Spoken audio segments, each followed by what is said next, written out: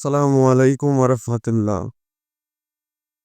যে সকল বাচ্চা বয়সী অর্থাৎ ৪ বছর বয়সী বাচ্চাদের অ্যালার্জিজনিত সমস্যায় পুরো শরীর চুলকায়, তাদের জন্য কার্যকরী চিকিৎসা সিরাপ পরটান ১.৫ চামচ করে দিনে ২ বার খাবে, কমপক্ষে ১০ দিন।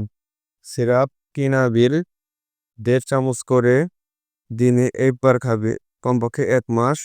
সিরাপ ফ্লোক্লক্স ১.৫ চামচ করে দিনে ৩ থেকে ৪ বার খাবে, কমপক্ষে ১৫ দিন। সিরাপ ওমিডন ১.৫ চামচ করে দিনে ৩ বার খাবে, খালি পেটে, কমপক্ষে ১০ দিন।